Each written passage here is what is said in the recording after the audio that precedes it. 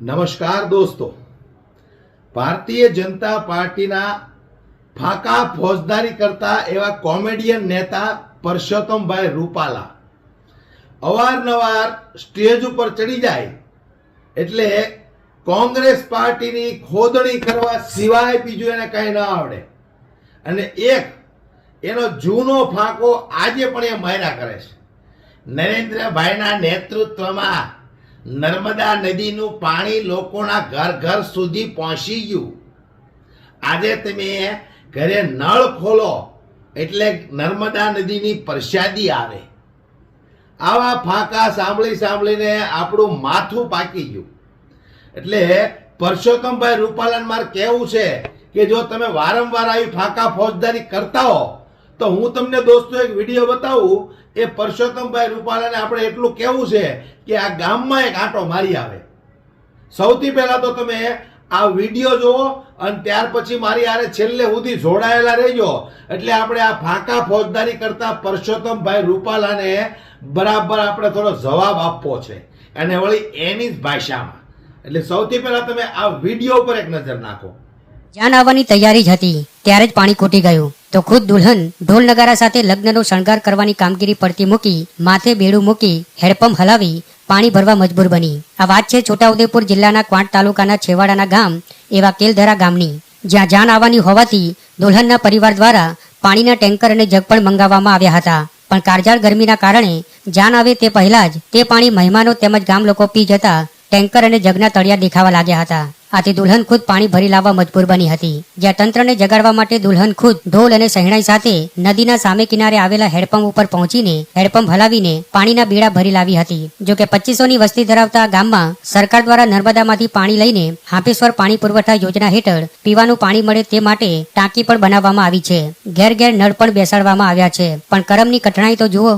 હાંપેશ્વર પાણી પુરવઠાનું પાણી છેક દાહોદ સુધી પહોંચાડવામાં આવ્યું, પરંતુ માત્ર 10 કિલોમીટરના અંતરે આવેલા આ ગામને પાણી ના મળ્યું. જો કે ગામમાં 100 જેટલા પાણીના બોર પણ છે, પણ જળસ્તર નીચા જતા રહેતા હાલ તમામ બોર ડચકા ખાઈ રહ્યા છે તો અમુક બોર બંધ હાલતમાં છે. આમ ગામમાં ટાંકી છે પણ ટાંકીમાં પાણી નથી. ઘેર ઘેર ચકલા છે પણ ચકલામાં પાણી નથી. 100 જેટલા બોર છે પણ બોરમાં પાણી નથી. ગામમાં કુવા છે તે પણ સુકાઈ ગયા છે. ત્યારે શું સરકાર બોધપાઠ લેશે? તો પરસોત્તમભાઈ રૂપાલા, આ ગામ ગુજરાતની અંદર આવેલું છે. કોઈ ઓસ્ટ્રેલિયાનું નથી કે કોઈ કેનેડાનું નથી, કોઈ સાઉથ આફ્રિકાનું આ ગામ નથી. આ ઉદયપુરના એક છેવાડાનું ગામ છે જ્યાં 100 થી વધારે બોર છે. એમાં આજે પાણીના તળ નીચે વહી ગયા છે. અને આ ગુજરાતની અંદર ભારતીય જનતા પાર્ટીની સરકાર આ ગામ સુધી પાણી પહોંચાડવામાં નિષ્ફળ રહી છે. જો દોસ્તો તમારી આસપાસ કે તમારી નજરમાં કોઈ ગામ આવા હોય તો મને કોમેન્ટ બોક્સમાં જરૂરથી જણાવજો. અને આ પરસોત્તમભાઈ રૂપાલાને મારે એટલું કહેવું છે કે વારંવાર તમે ફાંકા ફોજદારી કરો છો તો આ ગામ તમારી નજરમાં નથી આવ્યું? નથી આવ્યું તમારી નજરમાં?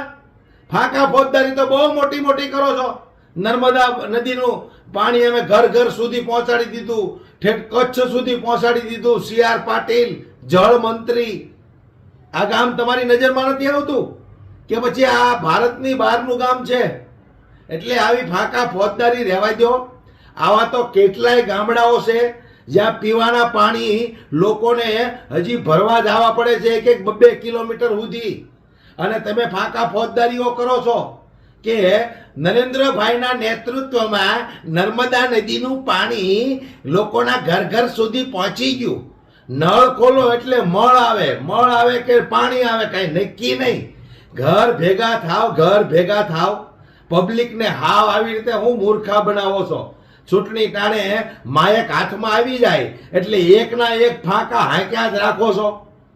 કાં તો કોંગ્રેસની ટીકા ટિપ્પણી કરવાની, કાં તો નર્મદા નદીનું પાણી નરેન્દ્રભાઈએ લોકોના ઘર ઘર સુધી પહોંચાડી દીધું.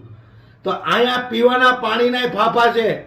આ બિચારી એક દીકરીના લગ્ન હતા અને એ લગ્ન સમયે એ દીકરીને જો પાણી ભરવા જવું પડતું હોય તો 30 વર્ષથી તમે ગુજરાતની અંદર આ હું ભૈજા તળો છો? ભૈજા તળો તેમ બધા. એટલે મારે કહેવું છે કે આવી એકાદા નેતાની દીકરીની હાલત થાય ને તો ખબર પડે તો ખબર પડે કે લોકોને કેટલી તકલીફ પડે છે, કેટલી વેદના છે. આ દીકરીના ઘરે લગ્ન હતા અને દીકરી પોતે મહેમાનો માટે પાણી ભરવા ગઈ. આ એક શરમજનક બાબત કહેવાય. ગુજરાત મોડલની, ગુજરાત વિકાસની તમે વાતો કરો છો. શરમ જેવો સાટો છે કે નહીં તમને લોકોને? હાલી હું નીકળ્યા છો. અમે ગુજરાતની અંદર ગામડે ગામડે સુધી પાણી પહોંચાડ્યું. હજી જાઓ અમુક ગામડામાં લોકો હવારે સંડાસ જઈને પાણી નથી મળતું, પાણકા હોતી બગાડી માર્યા આખા ગામમાં. હાલી નીકળ્યા છો. શરમ આવી જોઈએ તમને લોકોને. આવી ફાંકા ફોજદારી કરો છો મન ફાવે ત્યારે સ્ટેજ ઉપર ચડી. દેખાડો એક વખત નરેન્દ્રભાઈ ને આવા ગામડા, એને ખબર પડે. ભાઈ તો વિદેશમાં જલસા કરે, મજા કરે, પબ્લિકના પૈસે લહેર કરે. અહીંયા ગામડાની અંદર લોકોને પીવાના પાણી નથી મળતા. એટલે આ શરમ વગરના 30 વર્ષથી ગુજરાતની અંદર સરકાર ચલાવે છે. દોસ્તો, જાગૃત બનો, નહીતર આવડા લોકો હવે તમને પીવાના પાણી તમને ન પહોંચાડી શકતા હોય એ હું તમારો તંબુરો વિકાસ કરવાના છે. જાગૃત બનો અને વિડીયોને વધુમાં વધુ શેર કરો, દરેક લોકો સુધી પહોંચે, દરેક લોકોને ખબર પડે કે પરસોત્તમભાઈ રૂપાલા સ્ટેજ ઉપર ચડી જાય ત્યારે કેવી કેવી ફાંકા ફોજદારીઓ કરે છે.